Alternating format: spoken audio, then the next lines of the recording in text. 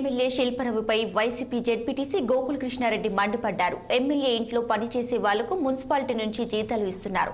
Councillor భర్తకు municipality నుంచి జీతం ఇచ్చేది నిజం కాదా అంటూ గోకుల్ ప్రశ్నించారు. సేవ చేశామని పేరు చెప్పుకుంటూ మున్సిపల్ నిధులు దుర్వినియోగం చేస్తారా అంటూ గోకుల్ కృష్ణారెడ్డి ఎమ్మెల్యే రవిపై విరుచుకుపడ్డారు.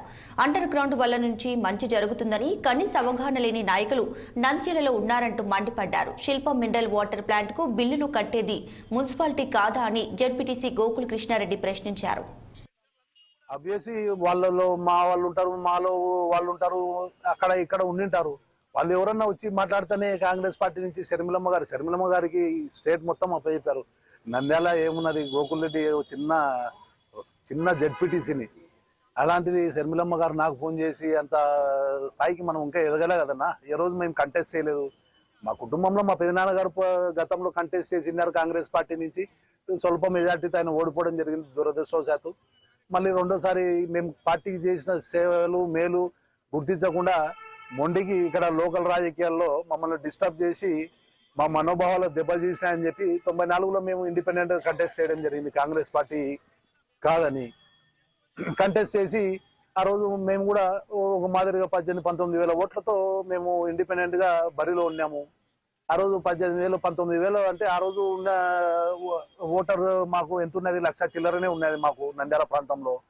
ఆ రోజు కూడా మాకు 19,000 ఓట్లు ఉన్నాయంటే ప్రజల ఆదరణ ఉన్నట్టే కదా మాకు. ఆ తర్వాత కూడా మేము సరే సర్దుకున్నాము. మళ్ళీ కూడా మనం సరే ఏదో తప్పు జరిగింది అని చెప్పి కాంగ్రెస్ పార్టీతోనే ట్రావెల్ చేశాం కదా.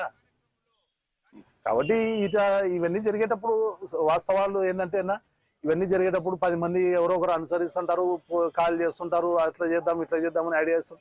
మనం నిర్ణయం తీసుకునేది నిర్ణయం ఖచ్చితంగా 10 మందితో ట్రావెల్ చేస్తాం. 10 మందిని నిర్ణయం కలిపినాకనే నా నిర్ణయం ముందరకు వస్తుంది. కాబట్టి అలాంటివన్నీ ఏమి ఉండవన్నా.